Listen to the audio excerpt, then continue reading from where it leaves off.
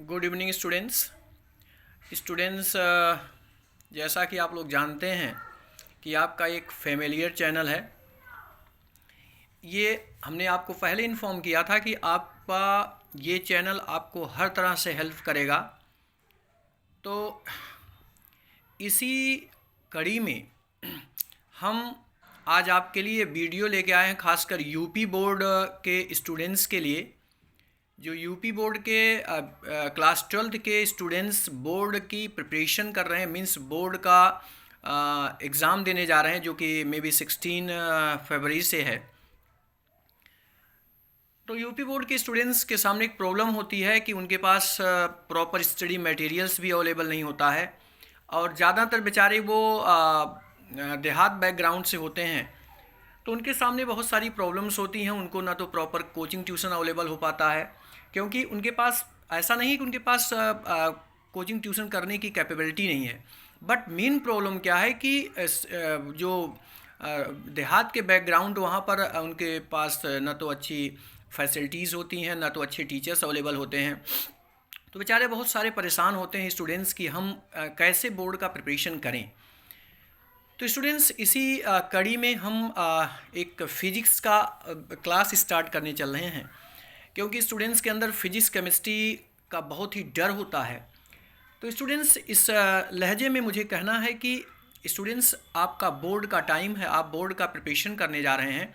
तो इस समय अपने आप को मजबूत करिए। मीन्स पहले तो अपने आप को समझिए कि आप ऐसा कोई काम नहीं है जो नहीं कर सकते हैं, आप सब कुछ कर सकते हैं।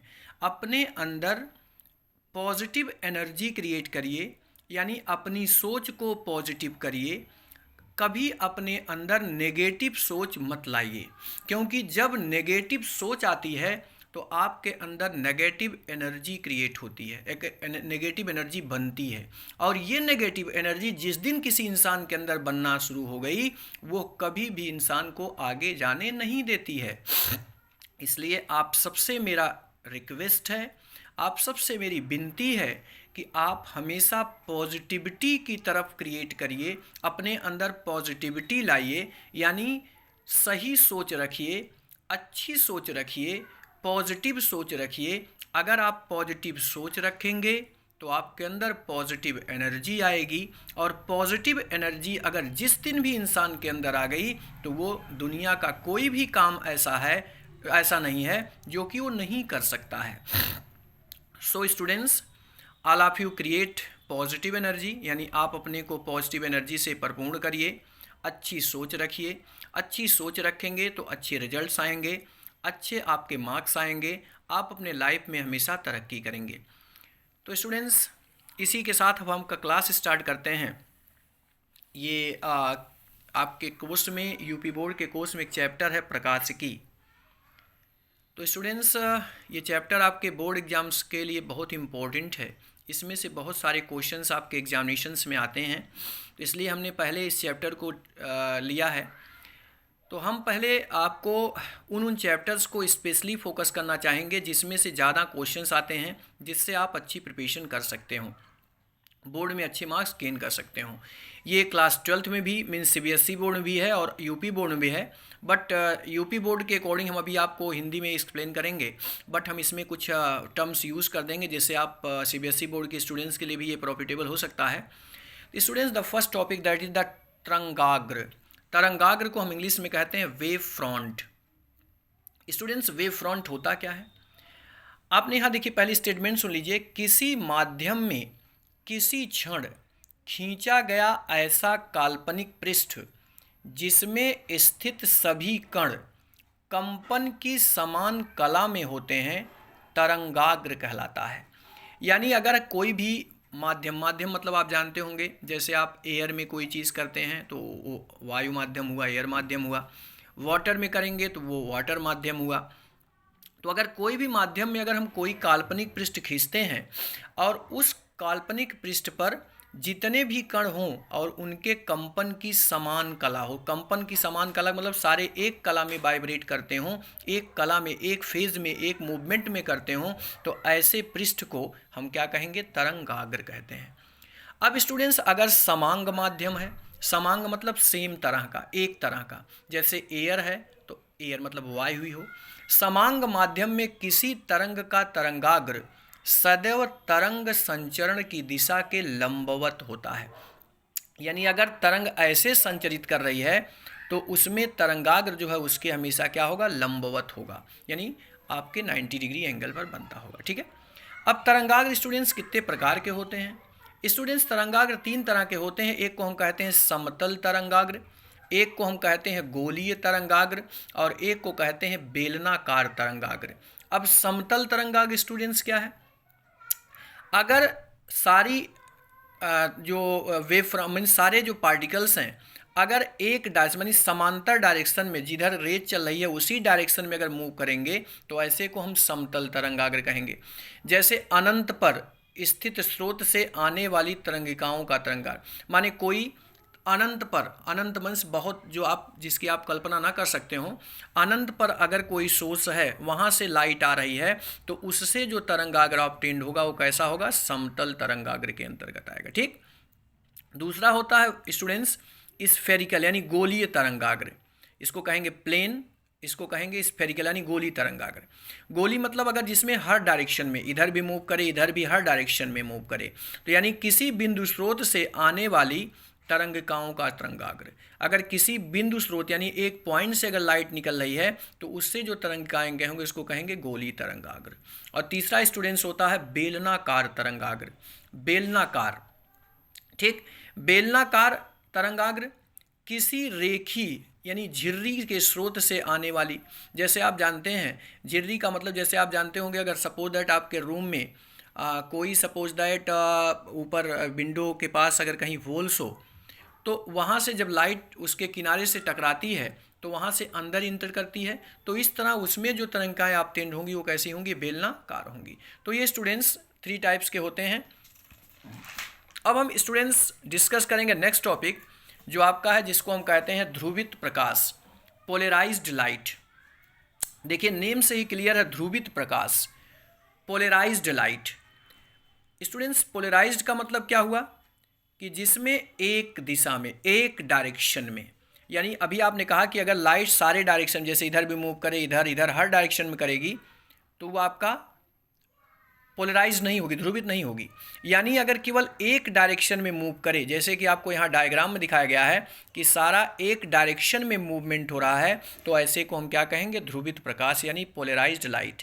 यानी वह प्रकाश जिसमें वैद्युत वेक्टर के कंपन प्रकाश की किरण के चलने की दिशा के लंबवत तल में सभी दिशाओं में सम्मित रूप से न होकर केवल एक ही दिशा में होते हैं, ध्रुवित प्रकाश कहलाता है।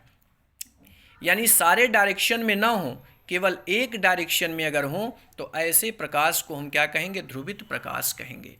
तो आपने लिखा कि वह प्रकाश जिसमें वैद्युत वेक्टर के कंपन प्रकाश की किरण के चलने की दिशा के लंबवत तल में सभी दिशाओं में सम्मित रूप से न होकर, यानी हर डायरेक्शन में ना होकर के केवल अगर एक डायरेक्शन में होते हैं तो इसको हम कहेंगे पोलराइज्ड लाइट यानी ध्रुवित प्रकाश। ठीक। या इसी को हम प्लेन पोलराइज्ड लाइट भी कहते हैं, समतल ध्रुवित प्रकाश भी कहते हैं। ठीक। तो चाहे आपको पोलराइज्ड लाइट कहिए, चाहे इसी को हम कह सकते हैं प्लेन पोलराइज्ड लाइट यानी समतल ध्रुवित प्रकाश, दोनों एक ही चीज़ होती है। अब स्टूडेंट्स नेक्स्ट टॉपिक है अध्रुवित प्रकाश, नॉन पोलराइज्ड लाइट। अध्रुवित प्रकाश क्या है? अध्रुवित प्रकाश का मतलब वह प्रकाश जिसमें किसी वैद्युत वेक्टर के कंपन प्रकाश की किरण के चलने की दिशा के लंबवत तल में सभी दिशाओं में सम्मित रूप से होते हैं। जैसे देखिए आर डायरेक्शन, किसी भी डायरेक्शन में हो सकते हैं, इधर इधर इधर, अगर सभी डायरेक्शन में होंगे तो उसको कहेंगे अध्रुवित यानी नॉन पोलराइज्ड लाइट, और अगर केवल एक डायरेक्शन में होंगे तो इसको कहेंगे ध्रुवित प्रकाश। ठीक। हमेशा नेम से क्लियर करिएगा, ध्रुवित यानी केवल वन डायरेक्शनल, एक डायरेक्शन में, सभी दिशाओं में होकर के एक डायरेक्शन में हो। और अध्रुवित, अध्रुवित मतलब नॉन पोलराइज, मतलब जिसमें हर डायरेक्शन में मूवमेंट इधर इधर इधर किसी डायरेक्शन में हो। ठीक। अब स्टूडेंट्स नेक्स्ट टॉपिक है प्रकाश का ध्रुवण, पोलराइजेशन ऑफ लाइट। ये क्या होता है? अगर हम इस अध्रुवित प्रकाश को किसी निकोल प्रिज्म या टूरमैलिन क्रिस्टल में अगर पास करते हैं तो स्टूडेंट्स ये सारी जो अदर डायरेक्शन में मूवमेंट वाली तरंग के कण हैं ये उस पृष्ठ के द्वारा एब्जॉर्ब कर लिया जाता है, उस सरफेस के द्वारा एब्जॉर्ब कर लिया जाता है और केवल वही उससे बाहर निकलता है जो कि वैद्युत वेक्टर के चलने की दिशा के लंबवत तल में होता है। मीन्स क्या हुआ, देखिए यहाँ लिखा गया है कि जब कोई प्रकाश की तरंग किसी टूरमैलिन क्रिस्टल में से पारगमित होती है यानी गुजरती है, जाती है, तो प्रकाश की तरंग के केवल वे ही कंपन बाहर निकल पाते हैं जो क्रिस्टल की अक्ष के समांतर होते हैं। जो क्रिस्टल की अक्ष के समांतर होंगे वो बाहर निकलेंगे, शेष कंपन क्रिस्टल द्वारा रोक लिए जाते हैं। यानी केवल जो समांतर होंगे वही उस क्रिस्टल से बाहर जाएंगे, शेष उसके द्वारा क्या होते हैं, एब्जॉर्ब कर लिए जाते हैं, रोक दिए जाते हैं। तो इस प्रकार क्रिस्टल से निकलने के पश्चात प्रकाश की तरंग में वैद्युत वेक्टर के कंपन तरंग के चलने की दिशा के लंबवत तल में सभी दिशाओं में समान रूप से न होकर केवल एक ही दिशा में होते हैं। तो ऐसे प्रकाश को हम समतल ध्रुवित प्रकाश कहते हैं और इस घटना को, इस फिनोमिनन को हम प्रकाश का ध्रुवण कहते हैं। अब जरा देखिए, जैसे सपोज दैट ये आध्रुवित प्रकाश है, आध्रुवित मतलब सभी डायरेक्शन में मूव कर रहा है, ये आपका नॉन पोलराइज्ड लाइट है। अगर इसको हम टूरमैलिन क्रिस्टल में से पास करते हैं तो ये सारे अदर डायरेक्शन के जो मूवमेंट हैं इस क्रिस्टल द्वारा रोक लिए जाते हैं। केवल इससे बाहर वही जाएगा, इससे बाहर वही जाएगा जो कि क्रिस्टल की अक्ष के समांतर होगा। जो ये क्रिस्टल है इसकी अक्ष के समांतर जो कंपन होते हैं वही क्रिस्टल से बाहर जाते हैं। शेष अगर अदर किसी डायरेक्शन में होंगे तो ये क्रिस्टल उसको क्या करेगा, रोक लेगा। तो केवल समांतर वाले बाहर निकलेंगे, यानी केवल एक डायरेक्शन वाले बाहर निकलेंगे। तो आप जानते होंगे जब केवल एक डायरेक्शन में कंपन होता है तो उसको हम क्या कहते हैं, ध्रुवित प्रकाश या समतल ध्रुवित प्रकाश कहते हैं। तो इस तरह अध्रुवित प्रकाश को ध्रुवित प्रकाश में कन्वर्ट करने की जो घटना होती है इसी को हम स्टूडेंट्स कहते हैं प्रकाश का ध्रुवण। क्या कहते हैं, प्रकाश का ध्रुवण। तो अगर आपको शॉर्ट में पूछा जाता है कि प्रकाश का ध्रुवण किसे कहते हैं तो आप शॉर्ट में लिख सकते हो कि टूरमैलिन क्रिस्टल द्वारा अध्रुवित प्रकाश को ध्रुवित प्रकाश में कन्वर्ट करने यानी परिवर्तित करने की जो घटना होती है इसी को हम प्रकाश का क्या कहते हैं, ध्रुवण कहते हैं शॉर्ट में। अगर ये क्वेश्चन 1 मार्क्स में आएगा तो आप इतना लिख सकते हो कि टूरमैलिन क्रिस्टल द्वारा अध्रुवित प्रकाश को ध्रुवित प्रकाश में परिवर्तित करने की घटना को हम प्रकाश का ध्रुवण कहते हैं। ठीक, मे बी आप लोग ये सब टॉपिक समझ गए होंगे। अगर आपको थोड़ी भी प्रॉब्लम होगी तो आप इसको एक बार रीड करिएगा और टॉपिक को समझने की कोशिश करिएगा, क्योंकि ये इम्पोर्टेंट, हमने जो भी 4 और 5 टॉपिक्स को डिस्कस किया स्टूडेंट्स, ये सारी टॉपिक बोर्ड एग्जामिनेशंस के लिए बहुत इम्पोर्टेंट हैं और इसमें से क्वेश्चंस एग्ज़ाम में आपके ज़रूर आते हैं। तो अगर आप मेरी वीडियो को प्रॉपरली सुनेंगे, देखेंगे, समझेंगे तो आप इस टाइप के क्वेश्चंस को बोर्ड एग्जामिनेशंस में डेफिनेटली सॉल्व कर ले जाओगे। So students, all of you take care. Means हर टॉपिक को आप प्रॉपरली स्टडी करिए, टॉपिक को समझने की कोशिश करिए, क्योंकि अगर आपको कोई भी टॉपिक क्लियर हो गया तो समझिए कि मेरा मकसद सफल हो गया। मीन्स हमारा मोटो, हमारा मकसद है कि आपको नॉलेज हो, आप बोर्ड में अच्छे मार्क्स गेन करें, यही हमारे लिए बहुत कुछ होगा। तो मेरी आप लोगों से यही अपेक्षा है कि आप लोग केवल इस चैनल को अपना प्यार दीजिए, अपना स्नेह दीजिए, अपना अफेक्शन दीजिए, अपना लव दीजिए। हम आपके लिए जितना हो सकता है उतना करेंगे, जिससे कि आपको हर टॉपिक इजी से मतलब आसानी से आप समझ सकें, आप अपने एग्ज़ाम में, अपने परीक्षा में अच्छे अंक से उत्तीर्ण हों, यही मेरी अपेक्षा आपसे है। तो स्टूडेंट्स, आप लोग अच्छी तरह से इस वीडियो को देखिए, लाइक करिए, शेयर करिए, सब्सक्राइब करिए, दूसरे स्टूडेंट्स से भी सब्सक्राइब करने के लिए बोलिए, क्योंकि ये आपसे कुछ लेगा नहीं, आपके इसके बदले में आपसे कुछ लेता नहीं है, बट कुछ न कुछ आपको सीखा ज़रूर देगा। तो आप अगर इससे एक भी पॉइंट सीख लिए तो इसका मतलब मेरे लाइफ का, मेरे चैनल का मेन मोटो यही है कि आपको सिखाना, आपको जानकारी देना, आपको नॉलेजवान बनाना, आपको ज्ञानवान बनाना, यही मकसद है। हम ये चाहते हैं कि आप इस पर खरे उतरें और कम से कम मुझे अपना प्यार ज़रूर दिखाइए। बस प्यार यही आपको दिखाना है कि आप चैनल को सब्सक्राइब कर लीजिए, आप कमेंट करिए आपको ये वीडियो कैसे लगता है, मीन्स आपको टॉपिक समझ में आते हैं कि कोई प्रॉब्लम्स होती है। अगर ऐसी प्रॉब्लम्स कुछ हो तो आप डिस्कस करिए हमसे, क्योंकि ये चैनल आपके लिए बहुत ही हेल्पफुल होगा हर फील्ड में, फिजिक्स में, केमिस्ट्री में, मैथ्स की भी अगर प्रॉब्लम है उसके लिए भी ये आपका हर फील्ड में हेल्प करेगा। इसलिए आप इसको अच्छी तरह से समझिए, अपने सब्सक्राइब करिए, दूसरे से सब्सक्राइब करने के लिए बोलिए और कमेंट भी करिए कि आपको टॉपिक्स कैसे लगते हैं, मीन्स टॉपिक आपके लिए बेटर इजी वे में समझ में आते हैं कि नहीं आते हैं। So students, this is the physics class, means ये क्लास 12th का फिजिक्स क्लास था। अगर आप इसको अच्छी तरह से समझेंगे, ये फर्स्ट क्लास था आपका, पहला क्लास था, पहला आज का सबसे पहला वीडियो फिजिक्स का है, तो आप इसको अच्छी तरह से समझिएगा। नेक्स्ट वीडियो हम अपलोड करेंगे इसी के आगे। अगर आप इन टॉपिक्स को समझ जाएंगे तो आप अगले टॉपिक को निश्चित ही समझ जाएंगे।